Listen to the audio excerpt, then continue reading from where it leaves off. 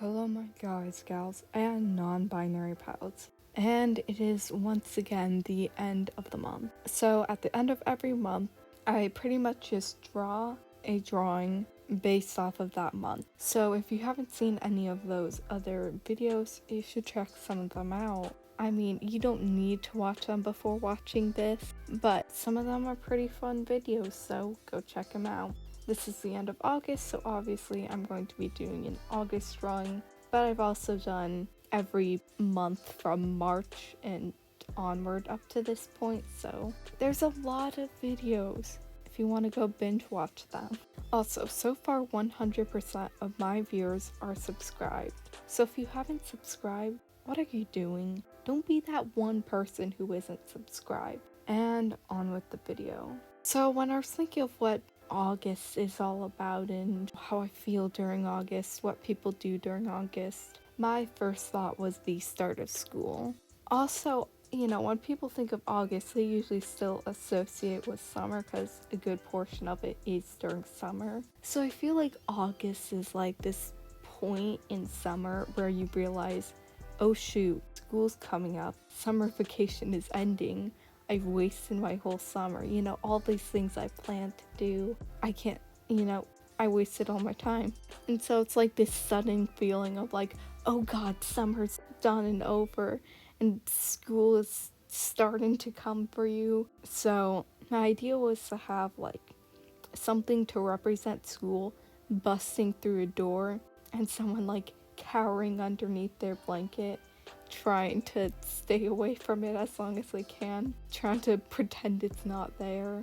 The first problem I had was getting the perspective of the scene the way I wanted it, because I want to have a bed, a person on the bed, but also the view of the door. And I needed the door to be open all the way and you to still see both the open door frame and the door in its entirety. So I need to figure out how to, position everything and how to angle everything in a way that allowed all that to be seen. Because at first I had this certain angle of like the bed in mind, but it didn't allow me to show the door. So what I did instead is I saw this little art hack, I think from a Lavender Town video, and pretty much you draw like a room plan from like an aerial view first. So I did that. I drew like a basic rectangle room and then a bed and a door, because that's all I wanted to include. I didn't want to complicate too much. And then you use the perspective tool to reposition it so that you can use that floor plan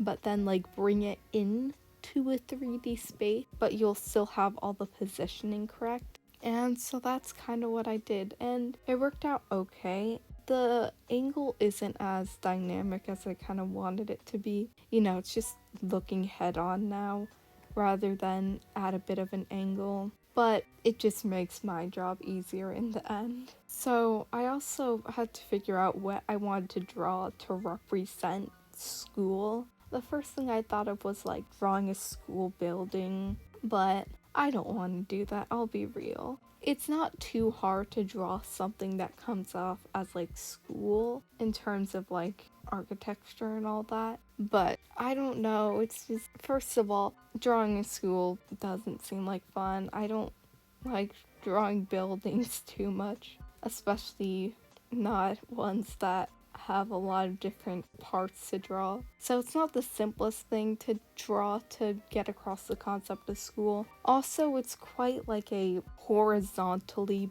based object, and for the way the scene was set up, I need something that was very vertical rather than horizontally heavy, if that makes sense.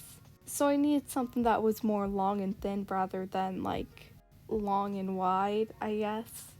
And a school is really more long and wide, so it'd be hard to fit without having a lot of it hiding behind the rest of the scene. So I also thought of a graduation cap, but I felt like that gave the wrong kind of, message, because graduation is about the end of school, so, two conflicting themes there. And eventually I came up with a pencil and also had it hold a backpack to just hammer home that back to school message.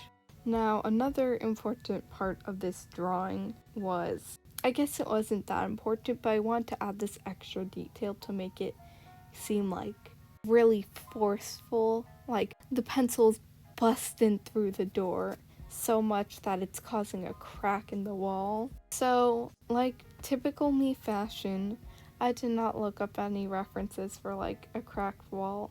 Actually, no, I did try and look up a door breaking a wall because I wanted to see, kind of what that looked like.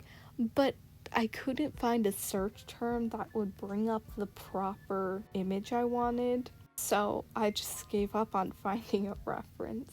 So I did try this time. You can't say I didn't try.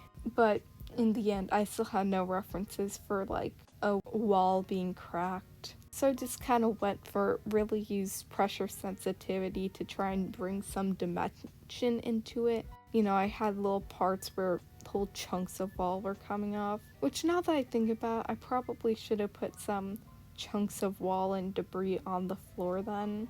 It's fine, I guess, not too much of a big deal.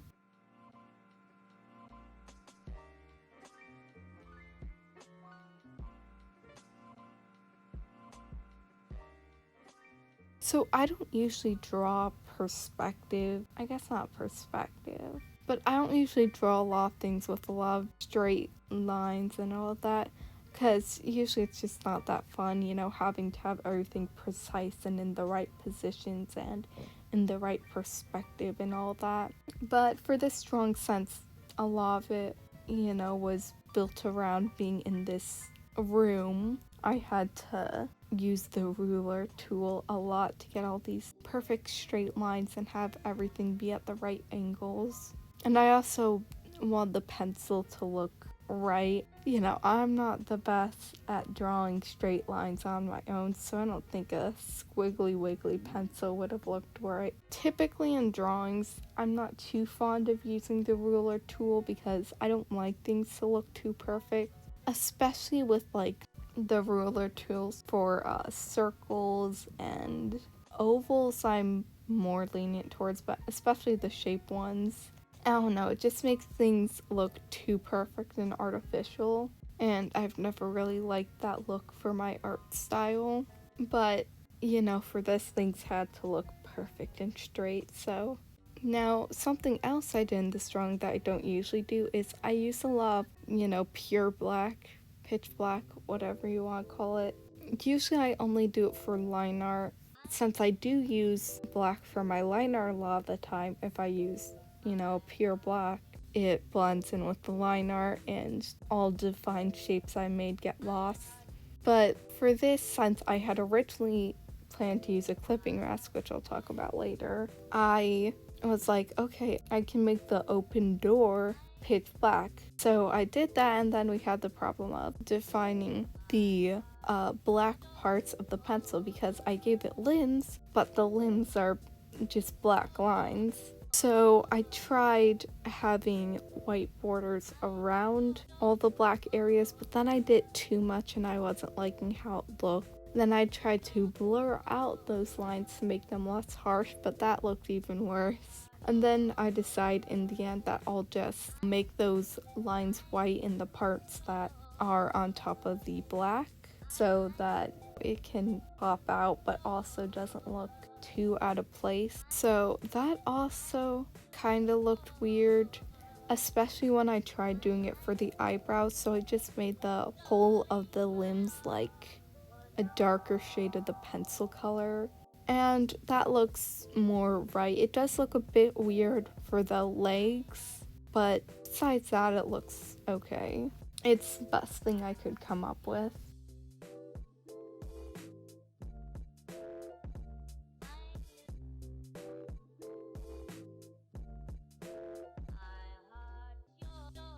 So for the pencil, to really emulate that, like emotion, I guess, of, I don't even know how to describe it, just really aggressive and intent on getting this child to come to school, I gave it that like red gleam in its eye, like you see in like the animes and stuff. I tried doing that. So what I did is first I drew like a cross and then I drew little curved lines between each of the. Then I gently blurred out the edges and I went back and redefined that cross that I had made. And I think it looked good. Like, I didn't know how I was going to do it, so I was kind of scared about that, but in the end, just making it up as I went along worked out just fine. So, usually, when I do drawings that have like a lot of perspective or a, designated light source, I'll use some black and white shading for the areas with the light source. So I'll take like a really big airbrush and just kind of loosely shade those areas. So for this drawing, I did that. And so for like the kid, especially, I think that's mainly the only place where I really use black and white shading. For the rest of them, I just use darker colors. But I use white on like the top to try and show that there was a ceiling light or something, and then black more near the bottom. And I did the same for a lot of the objects in the room, but I think this is a problem I usually have, which is especially for the lighter colors. I didn't really do it enough, so the shading's really, I don't know, it's too soft, so it doesn't really show enough dimension as I had hoped it would, which makes a lot of the background look really plain. I still need to figure out more about drawing backgrounds like this, like interiors, more, because I don't often do it, and usually when I do draw someone inside, it's like the main focus is usually the character. There's not a lot built around the room. The most experience I have with drawing rooms is from drawing the little thing you see at the beginning and end of my videos. So that's not really a lot. And it's something I definitely need to work on more, because drawing interior rooms and spaces is, that comes up a lot in things.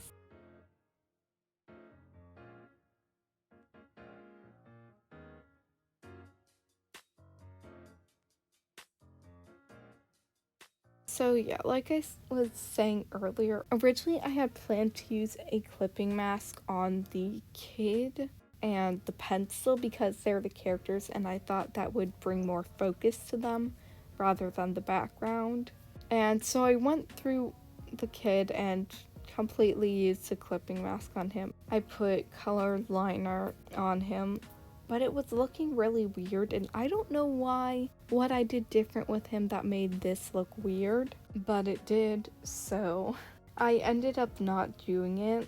I felt it was better to just leave it black since it was looking off. And then I came to the problem of now I didn't have that thing that was going to make the characters pop out, and now they just kind of blended in with the background. So what I did is I tried at first making a completely like 50-50 gray.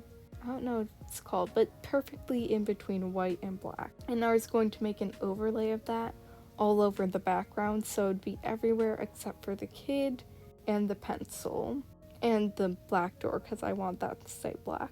But I didn't like it gray, so I switched it to black, and I think it did make the characters pop out, but now I think it makes the rest of the background look too dark.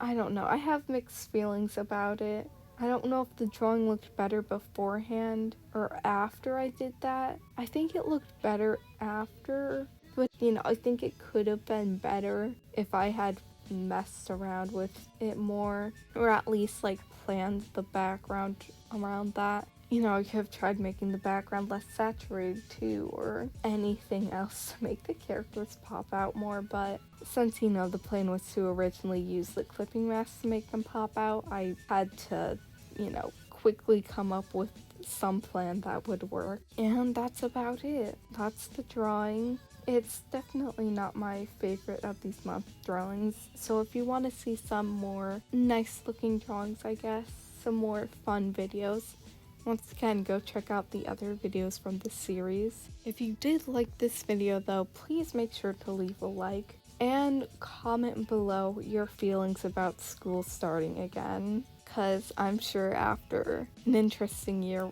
we're all so excited about that. Yeah, that was sarcastic. Also, make sure to subscribe and follow all my social media in the description below. And I will see you all next week.